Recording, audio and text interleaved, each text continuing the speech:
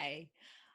It's been a little while since I've made a video, so I thought I might pop in and share a little bit about what we're kind of up to, and um, I want to start giving you some insights into what we actually do here at RivHub.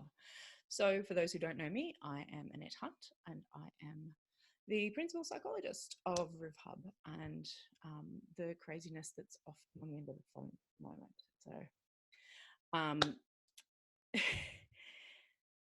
So we've had a lot happening here at RivHub behind the scenes.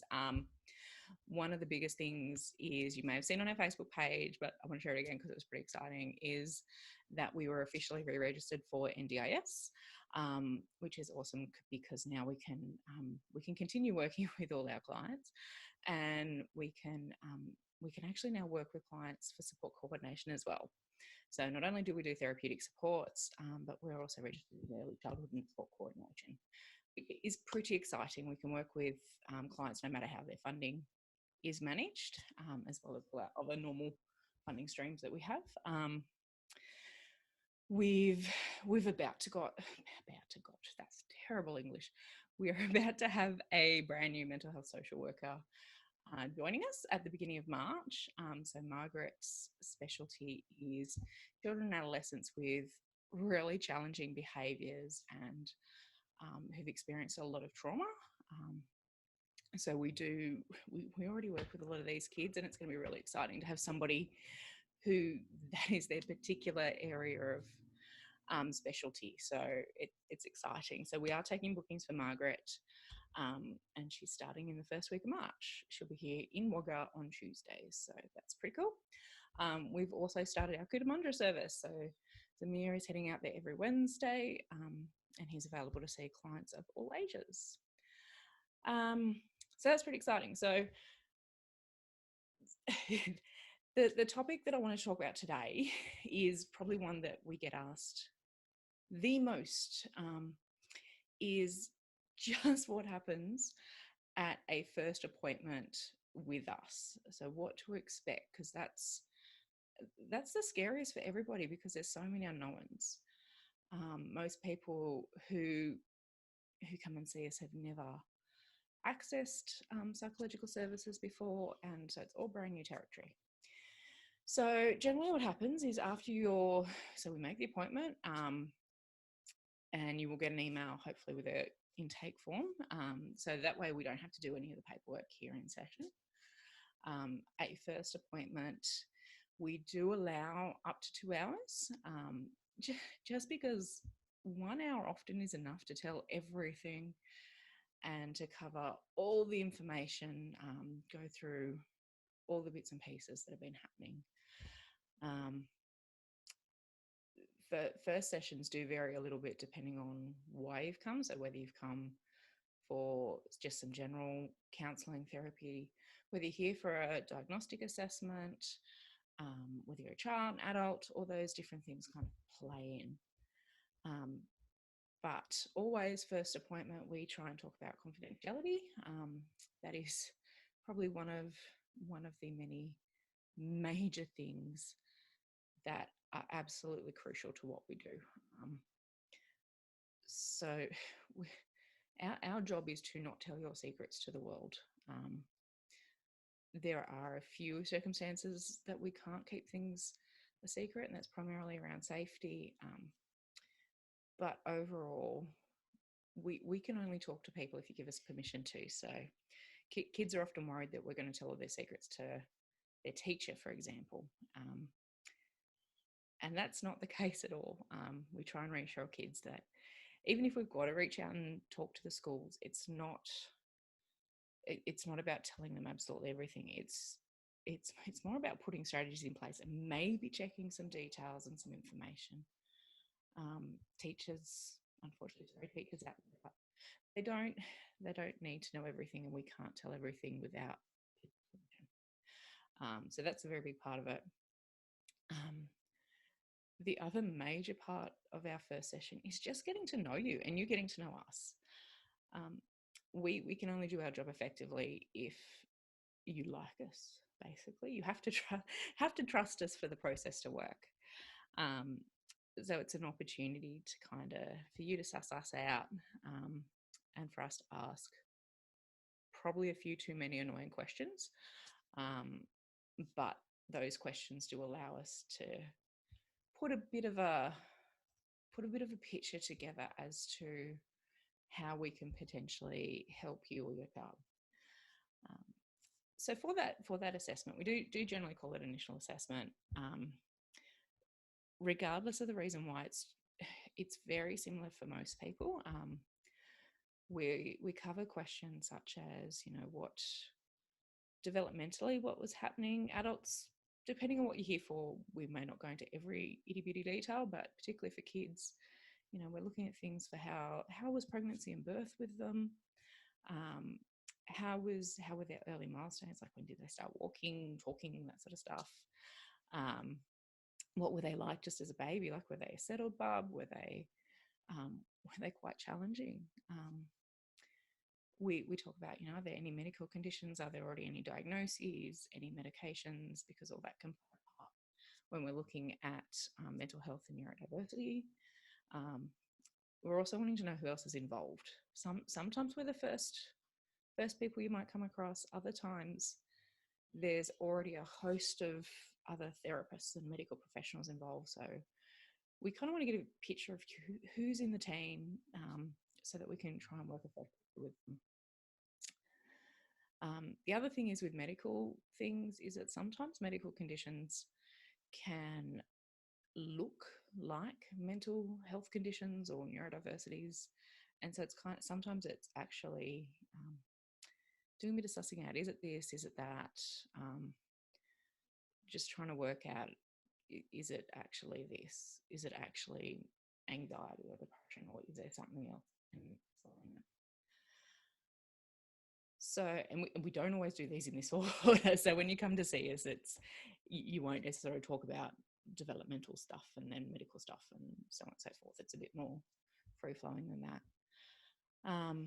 Another one of the topics we talk about a lot is about family. We look at who is in the family. So I actually draw a picture called a genogram on the whiteboard, and it lays out who fits in where. So who's on mum's side, who's on dad's side. If there's parents are separated, are there step families? Are there lots of things? Are kids living at home? Are kids out of home? Are they in out of home care? So sometimes we might have the foster family or the adoptive family, and then the birth family. That process, I also use it as a way of sort of mapping out if there are any potential genetic links. So a really standard question I always ask is there anybody in the family that has any mental health or behavioural difficulties, learning difficulties, or even do you suspect? A lot of these disorders were not traditionally diagnosed. Like if we're thinking ADHD, girls were not always diagnosed. So you might have an aunt that you look at now and you go, her behaviours are exactly like my child who's now diagnosed. But because of the times that they grew up, it wasn't picked up. So I do actually ask about that. We never say it's set in stone. Like I have lots of people laugh at me because I end up with lots of question marks around my board, but it's giving me an idea of what's normal in your family. Like what does your family look like? And even things like, what are the relationships like? Do you have relationships with everyone in your family, or are there some challenges there? We also delve into who's at home. Are there two parents? Are parents separated? Are kids going between houses? That sort of stuff. What do mum and dad do for work? If they're at work, do they work at home? All that kind of stuff. And yes, stay-at-home parenting is definitely work. I never worked so hard in my life as when I stayed at home with my kids when they were babies. So when I say work, that's included. Depending on the age, for kids and adolescents, I always ask about schooling, how they're going, socially, academically, do they enjoy it? Especially older kids, I'll often ask, Do they have an idea what they want to do after school? And I'm always trying to preface it with, I don't, it's not about you should have made up your mind by now, but it's just giving me an idea of even just what sort of things are they expecting.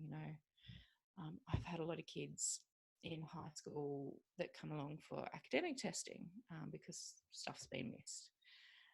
And so I always say, are you wanting to go to uni? Are you thinking TAFE? Are you thinking apprenticeships?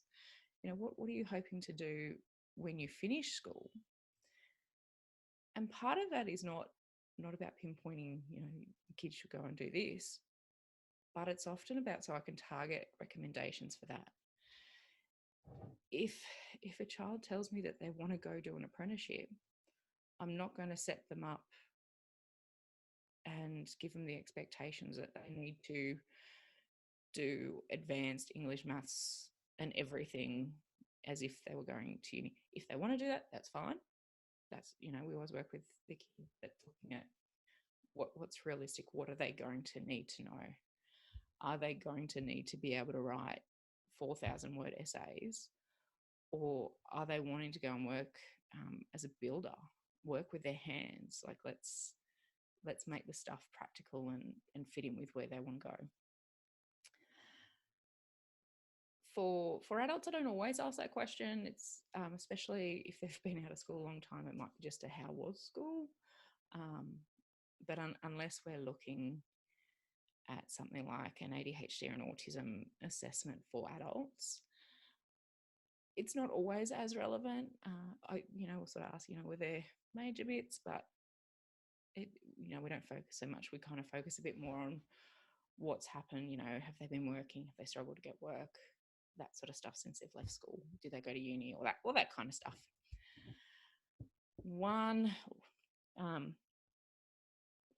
It's morning coffee time. So something else that probably the most important bit in every initial assessment that we do here, and possibly the scariest for most, particularly parents, is we have to do what's called a risk assessment. And it is an assessment of suicide risk and risk of hurting others. So I will ask, have you ever thought about hurting yourself? We ask quite direct questions. Have you ever wanted to hurt other people? And we ask them. I'm not going to go into a lot because I know that for some people that could be triggering, thinking about it as a video. But in session, that is stuff that we ask. We ask teenagers about sex and sexual identity and drugs and alcohol. And for some parents, it's scary to think of. Like, as a parent myself, you don't want to think, especially younger teenagers, you're often not really wanting to think about that just yet. But part of it is because we don't know you guys, we don't know everything that's going on. We have to ask this stuff, and we try and ask it as sensitively as possible. But that it's part of our duty of care. We wouldn't be doing the right thing if we didn't ask. Often throughout, therapy and assessment, if we're concerned, we will keep asking. Now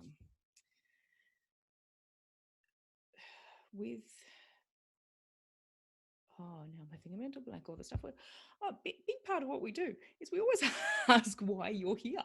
I sort of jump straight into all the details, but actually the very first thing that I will ask a client is, so what got you here today? Like, what made you just pick up the phone, or whether it was referring your child, or if it was for yourself, wanting to come yourself.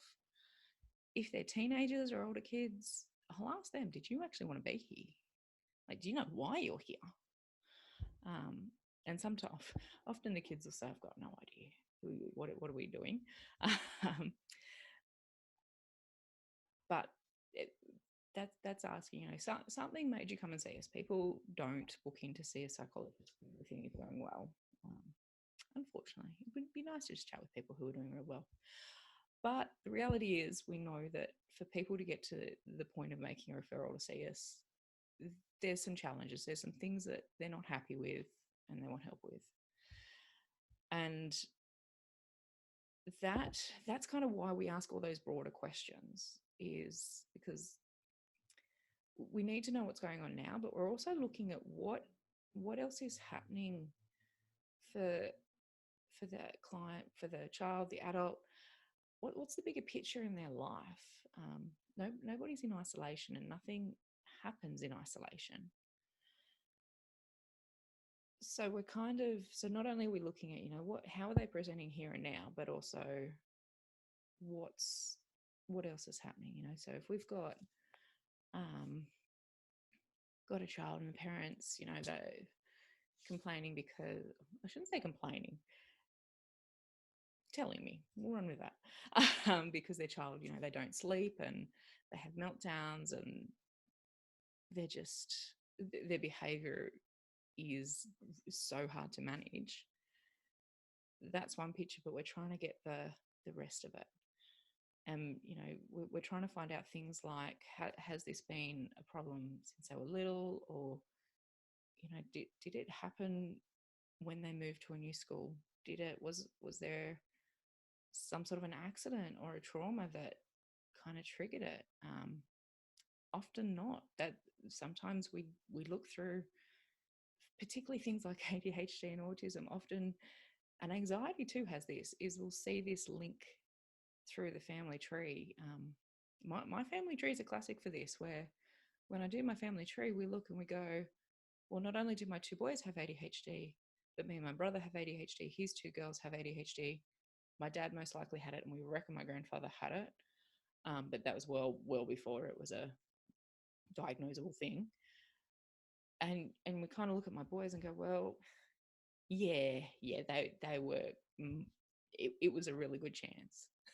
It's got nothing to do with anything parenting I did. I just had good genes, or great genes, depending on how you look at it. I think ADHD. So that's why we're looking at the broader picture. So if I had have just looked at, say, my kids' behaviors, they're not sleeping and they're disruptive, I could completely miss the fact that, well, actually, if they've got ADHD and there's stuff that we can do that's specifically that. They're not naughty boys. They have these challenges that they need help with.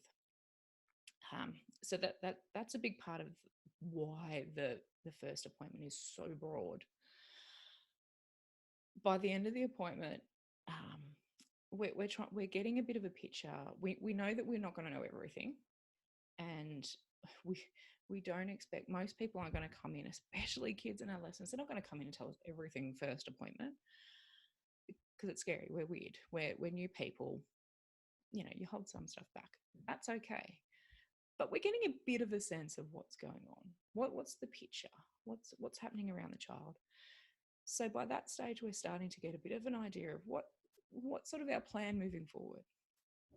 So that's the part where we start outlining, I think we need to do these kinds of tests. I think, maybe I think you need a referral to these people. Okay, you haven't seen a pediatrician. I think, possibly need a pediatrician, or maybe it's, have they had their hearing or vision checked? Simple stuff that we can rule out really quick.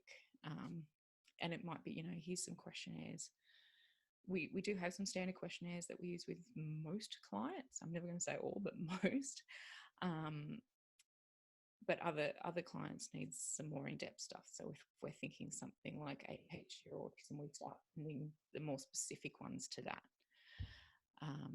And the plan might be, all right, I think we need to do a full autism assessment or an ADHD assessment. The plan may be, can we do these questionnaires first, see how they come out, and then we may do the next step. It might be, if it's more around a therapy, it might be, look, I think this approach is going to work. I think, your son's 4 years old. There's behavior challenges, and all this other stuff going on. So my recommendation would be something like parent-child interaction therapy. And so we sort of explain that a little bit, and we put a bit of a plan forward, whether it's therapy or assessment. On rare occasions, it can be, I think you actually need to see this person. You know, it might be a referral to somebody else because we may not be the best person to see you. That doesn't happen very often, but you know, we don't do everything, and sometimes there is a better fit. And that's why we work with other people in our community so that we have those referral networks, and we work with the GPs and the pediatricians and whatnot, and we'll go back to them and say, well, actually, I think we need to recommend this or do this. So even if for some reason we end up not being the right service for you, we will help you find someone else. We'll often, for kids, it might be, between now and when we do the next step, it might be, right, we need to get some information for the teachers, or sometimes it's even, look, I really think I need to come and see this child in class or at school, because I know what I'm seeing here in the clinic, which is isn't going to be necessarily what they're like the rest of the time. So there's all sorts of different pathways that we can kind of take. I don't do while we have standardized assessments and we have standardized therapies, I never do a one size fits all approach. And it really doesn't sit well with me, that idea, because everybody's individual and we need to have the process fit the person. So that's why, like, a lot of people, I think, kind of wonder when they ring up to make the appointment why I can't just say, this is exactly what we're going to do, and we lay out all the appointments and da da da da. But the problem with that is I don't, even if I've had a chat with you on the phone, there's so much more that we kind of need to know before we can go the next step. Yes, it may make us a little bit slower than some places. I don't know, because I haven't really checked our timings, but our whole aim is to be thorough and do the best that we can by our clients. Like, we don't want to be the quickest. Quick isn't always the best approach, and nor is doing the same thing with everybody just because. It's not good practice. So I guess that's kind of a summation of what we do in the first session. If there's kids, we'll get down, we'll play with them a little bit. We do watch them a lot more than sometimes it seems. Often when I'm talking to the parents, I just set up, like, we've got that many toys here, it's not funny. So, we set up some toys and they have a bit of fun. Sometimes if we know that if sort of somebody's indicated there's some trauma and stuff, I'll actually suggest not bringing the child to the first appointment, because there's things kids don't need to hear. It gets a bit tricky around Medicare rules, and I might do a separate video in how Medicare works, because that's nearly as complicated as the NDIS. But kids don't need to be exposed to hearing trauma or negative things about them any more than they have to. So often if it's that kind of stuff,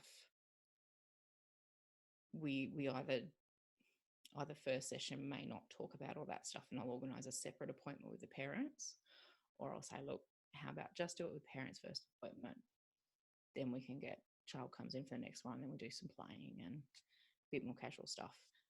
So again, it's not cookie cutter. So even though I say every first assessment is the same, first appointment's the same, it's kind of not really.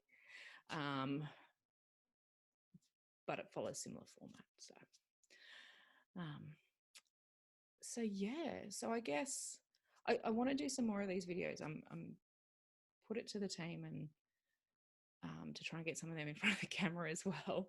So if there is stuff that you would like to know about us, please put it below somewhere. I'm learning this video stuff. So if you can pop it in the comments below, we will try and do some videos on different topics you like, and what you want to know about. So I'm hoping this was helpful. of course, if you want to make an appointment with us, there is contact details. I don't know how this is going to show up on Facebook. We'll go somewhere there. I'll put phone number and links and stuff like that.